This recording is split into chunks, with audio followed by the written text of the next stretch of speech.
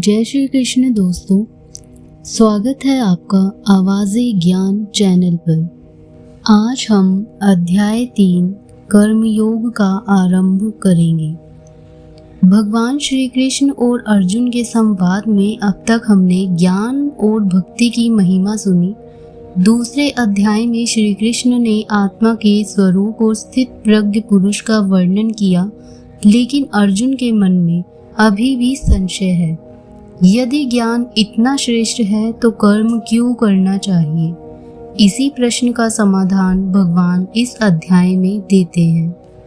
यह अध्याय कर्म योग कहलाता है। यहाँ भगवान समझाते हैं कि मनुष्य को अपने कर्तव्यों को त्यागना नहीं चाहिए, बल्कि निष्काम भाव से कर्म करना चाहिए। कर्म करते हुए भी भगवान से जुड़ना ही सच्चा योग है। तो आइए हम सभी श्रद्धा और भक्ति के साथ गीता के दिव्य शब्द सुनते हैं। अध्याय 3 कर्म योग। अर्जुन ने पूछा, हे जनार्दन, यदि आपके तप से कर्म से बुद्धि श्रेष्ठ है तो केशव मुझे इस घोर कर्म में क्यों लगाते हो? मिले हुए वचनों से आप मेरी बुद्धि को भ्रम में डाल रहे हैं। निश्चय करके मुझे बतलाइए जिससे मैं कल्याण को प्राप्त हूँ। श्री कृष्ण जी बोले, हे निष्पाप अर्जुन, मैं पहले समझा चुका हूँ कि इस लोक में 2 प्रकार की निष्ठा कही है।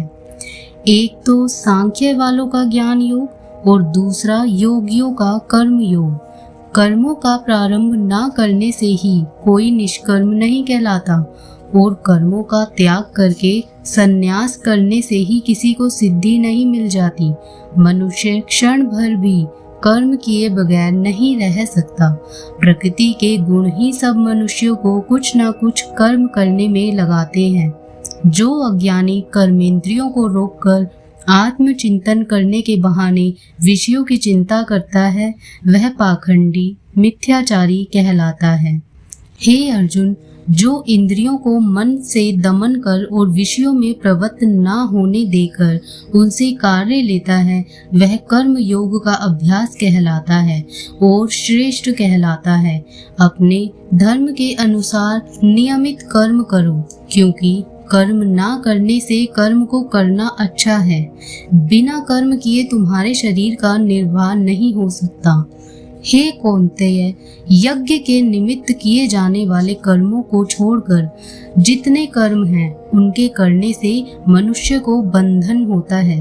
अतएव तुम फल की इच्छा त्याग कर यज्ञ के लिए कर्म करो। सृष्टि के आरंभ काल में ब्रह्मा जी ने यज्ञ सहित प्रजा को उत्पन्न कर प्रजा से कहा था कि यज्ञ आदि कर्म करके वृद्धि को प्राप्त होंगे। यही सब कर्म तुम्हारे निमित्त कामधेनु होंगे। इस यज्ञ से तुम देवताओं को संतुष्ट करते रहो और देवता भी तुमको संतुष्ट करेंगे। इस प्रकार परस्पर बर्ताव करते हुए तुम और देवता कल्याण को प्राप्त होंगे। यज्ञ आदि कर्मों से प्रसन्न होकर देवता तुमको इच्छित सुख की सामग्रियां देंगे, परंतु उनके दिए हुए दान को जो बिना उनका भोग लगाए ग्रहण करता है वह चोर है। 5 महायज्ञ करके जो शेष बचा हुआ भोग ग्रहण करते हैं वे सब पापों से मुक्त हो जाते हैं, और जो अपने निमित्त ही अन्न पकाते हैं वे पापी पुरुष पाप को ही भक्षण करते हैं। अन्न से ही प्राणियों की उत्पत्ति होती है। अन्न मेघ से उत्पन्न होता है। मेघ यज्ञ द्वारा जल बरसाता है और यज्ञ की उत्पत्ति कर्म से होती है। कर्म की उत्पत्ति ब्रह्मा से हुई है और ब्रह्मा अक्षर परमात्मा से। इस कारण सदा सब पदार्थों में रहने वाला जो ब्रह्मा है वह सब यज्ञों में प्रस्तुत है। हे पार्थ, इस प्रकार चलाए हुए कर्म के चक्र के अनुसार जो नहीं चलता वह पापमय है। जो पुरुष आत्मा में ही रत रहता है और आत्मानंद अनुभव से तृप्त रहता है, उसे कुछ भी कार्य शेष नहीं। वह कोई कर्म करे या ना करे, उसको कोई प्रयोजन अथवा लाभ नहीं है, और किसी प्राणी से अपना लाभ कराने की भी उसे कोई आवश्यकता नहीं। इसलिए तुम भी फल की प्राप्ति इच्छा त्याग कर कर्तव्य का पालन करते रहो। क्योंकि फल की इच्छा को त्याग कर्म करने वाला पुरुष मोक्ष को प्राप्त होता है। राजा जनक आदि ने भी कर्म सिद्धि पाई है। इसी प्रकार तथा लोक संग्रहण को देखते हुए भी तुमको कर्म करना उचित है। श्रेष्ठ पुरुष जिस काम का आचरण करता है, दूसरे मनुष्य उसी मार्ग पर चलते हैं, और जिसको प्रामाणिक मानता है उसी के अनुसार सब उत्तम मानते हैं। हे पार्थ, मुझको तीनों लोक में कुछ भी कर्म शेष ना रहा और ना कोई अप्राप्त वस्तु प्राप्त करनी है, फिर भी मैं कर्म करता ही रहता हूँ।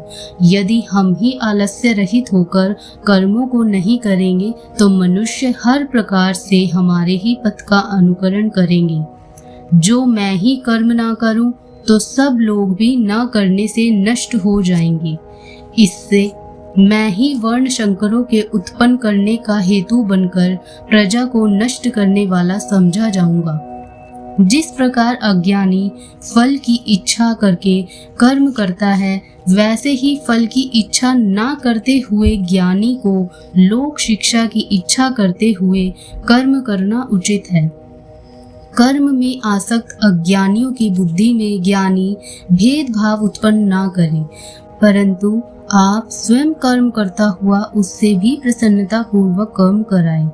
हे अर्जुन, सब कर्म प्रकृति के गुण से ही उत्पन्न होते हैं, परंतु जिनकी बुद्धि अहंकार से भ्रष्ट है, ऐसे मूर्ख लोग समझते हैं कि हम करता हैं, परंतु जो गुण और कर्म के विभाग को सच्चा तत्व जानता है, वह ज्ञानी पुरुष यह समझकर इसमें आसक्त नहीं होता कि गुणों का यह खेल आपस में हो रहा है। हे अर्जुन, अध्यात्म बुद्धि से सब कर्मों को तुम मुझ में अर्पण करके कर्म फल की आशा छोड़कर संग्राम करो। जो पुरुष श्रद्धा पूर्वक मेरे वचनों पर दोष दृष्टि ना करके मेरे इस मत के अनुसार आचरण करते हैं, वे लोग कर्म बंधन से निश्चय मुक्त हो जाते हैं। और जो अज्ञानी इस मत पर दोष दृष्टि करते हुए इसको ग्रहण नहीं करते, वे संपूर्ण ज्ञान से रहित हैं। उनको नष्ट हुआ जानो। अपना कठिन धर्म भी दूसरों के सहज धर्म से हितकर होता है। स्वधर्म में मरना भी कल्याणकारक है, परंतु अन्य धर्म भयानक है। अर्जुन बोले, हे श्री कृष्ण, पुरुष को पाप करने की इच्छा ना होते हुए भी कौन उसे बलात् पाप के मार्ग में प्रवृत्त करता है। श्री कृष्ण बोले, हे अर्जुन, रजोगुण से उत्पन्न होने वाला काम और क्रोध मनुष्य को पाप मार्ग में ले जाता है। इसे करके उत्पन्न इच्छा कभी तृप्त नहीं होती। ये महापापी और घोर शत्रु है। जैसे धुआं से अग्नि, धूल से दर्पण और झिल्ली से गर्भ का बालक ढका रहता है, उसी प्रकार विषय की इच्छा से आत्मज्ञान ढका हुआ है। हे कुंती पुत्र, इस शत्रु काम को करके ज्ञानियों का ज्ञान आच्छादित हुआ है। इंद्रियां, मन और बुद्धि इस काम के आश्रय स्थान हैं। इनके सहारे विषयेच्छा ज्ञान को आच्छादित करके जीव को मोहित कर लेता है। अतएव तुम सर्वप्रथम इंद्रियों को वश में करके ज्ञान और विज्ञान को नष्ट करने वाले इसी पापी काम को जीतो। कहते हैं कि इंद्रियां प्रबल हैं और इंद्रियों से भी प्रबल मन है। इस प्रकार जो बुद्धि से परे है, उस आत्मा को जानकर निश्चयात्मक बुद्धि द्वारा मन को निश्चल करके, हे महाबाहो, तुम उस दुर्धर शत्रु काम को जीत लो। तो दोस्तों, इस प्रकार भगवत गीता के तीसरे अध्याय कर्म योग में भगवान श्री कृष्ण ने अर्जुन को कर्म का महत्व समझाया। उन्होंने बताया कि मनुष्य को अपने कर्तव्य को छोड़कर केवल ज्ञान में ही नहीं बैठ जाना चाहिए, बल्कि निष्काम भाव से कर्म करते रहना ही जीवन का धर्म है। इसी के साथ तीसरा अध्याय का समापन होता है। अगली वीडियो में हम अध्याय 4 दिव्य ज्ञान की चर्चा करेंगे, जहां भगवान कर्म व ज्ञान के गहरे संबंध को समझाते हैं। आपके सहयोग से यह दिव्य संदेश अधिक से अधिक लोगों तक पहुँचे, इसके लिए चैनल को सब्सक्राइब करें व वीडियो को लाइक और शेयर करना ना भूलें। जय श्री कृष्ण।